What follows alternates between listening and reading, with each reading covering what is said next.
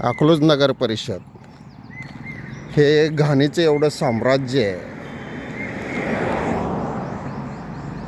घनकचरा, एवढा घनकचरा जर बायपास रोडला मार्केट यार्ड समोर टाकत असेल तर पण हा बोर्ड आहे. ऐन चौकात जर एवढा घनकचरा टाकत असतील तर त्याच्यावर सामान्य नागरिकांनी काय व्यक्त करावे.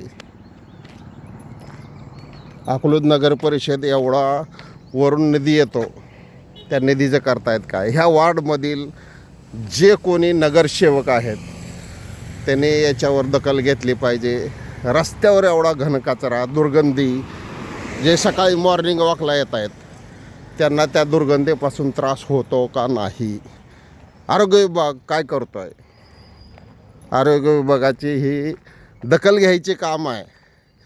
नगर परिषदेत जे निवडून दिले नगरसेवक, त्यांचा हा प्रकार आहे. त्यांनी आपापल्या वार्डमधली स्वच्छता ठेवली पाहिजे. नगर परिषद हे घाणीचं साम्राज्य, हे घाणीचं साम्राज्य बघा शेठजी कसं आहे. मग ह्याला काय अर्थ आहे का नाही? मग उगच मला सांगा, उगच नगरसेवकाला निवडून द्यायचं का? काय नाही, हे बंद झालं पाहिजे. हे घाणीचे साम्राज्य आहे. ऐन चौकात, हे माळशिरस इंदापूर चौक, अशोका चौक म्हणून नावाजलेला आहे. त्याला कुणीही काही म्हणू द्या, नावं देऊ द्या, त्याची काय हरकत नाही. पण अशोका चौकात पासून अगदी 100 फुटाच्या अंतरावर हे एवढं घाणीचे साम्राज्य चालू आहे. या साम्राज्यावर हे बोर्ड पण लावलेलं आहे. या बोर्डच्या अगदी खालून सुरुवात होते घाणीचं साम्राज्य. आज महावीर जयंती आहे. महावीर जयंतीच्या दिवशी मी हे टाकत आहे. नगर परिषद आणि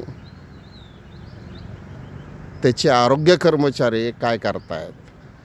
हा बोर्ड आहे. ह्या बोर्डच्या साईडपासून जे घाण आहे पेट्रोल पंपापर्यंत, त्याच्या पुढच्या बाजूला आनंदी गणेश मंदिरापर्यंत सगळ्या वन साईड घाणीचं साम्राज्य आहे. सकाळी मॉर्निंग वॉकला येणाऱ्या लोकांना त्रास होतो का नाही त्याचा विचार करावा आणि त्वरित ही घाण उचलली जावी. अटल 25 न्यूज,